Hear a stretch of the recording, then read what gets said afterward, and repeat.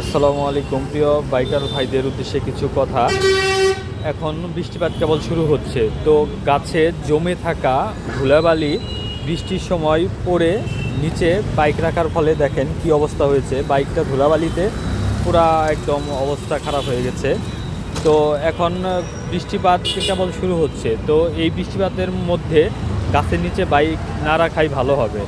কারণ গাছে যে জমে থাকা ধুলাবালি, সেই ধুলাবালি জমে নিচের দিকে পড়ে বাইকটা নোংরা হয়ে যাচ্ছে। আমার বাইকটা আরও বেশি নোংরা ছিল, আমি একটু পরিষ্কার করে ফেলেছি।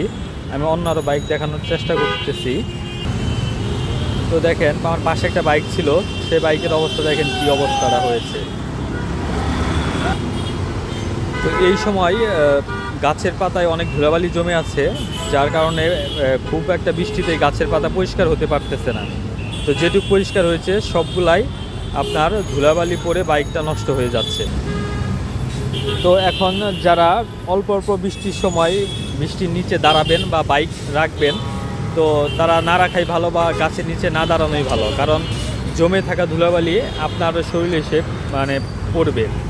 যখন ভারী বৃষ্টিপাত কয়েকদিন একটানা হয়ে যাবে, গাছের পাতা পরিষ্কার হয়ে যাবে, তখন গাছের নিচে রাখলেও কোনো সমস্যা হবে না।